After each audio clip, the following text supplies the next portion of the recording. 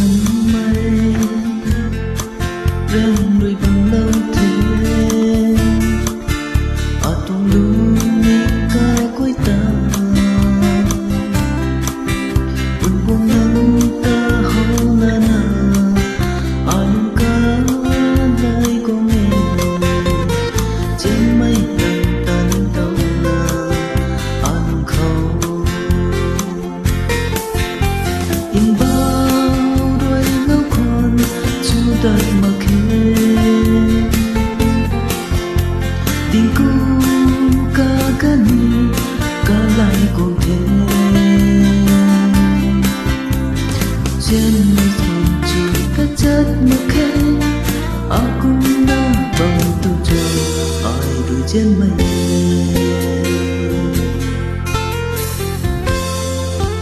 nắng an ấy qua trên mây trắng luôn không không năm mấy dù đã chỉ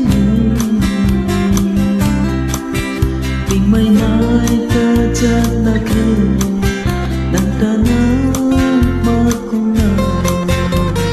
ở bên đi cả quay hay đang không đi thế in bao đôi gấu khuôn chúng ta mà kêu tình cũ cả gani cả lại còn thế ô duyên mà chẳng chỉ thật rất mà kể aku na bằng tu trời ai rồi trên mây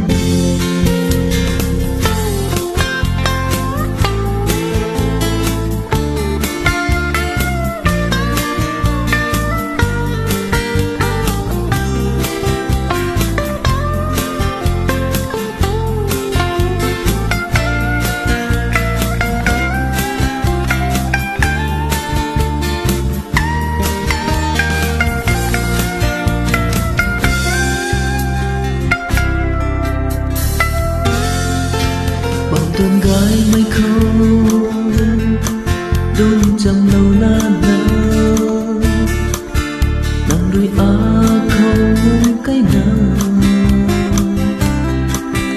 đây là mây Paris ra chăm lâu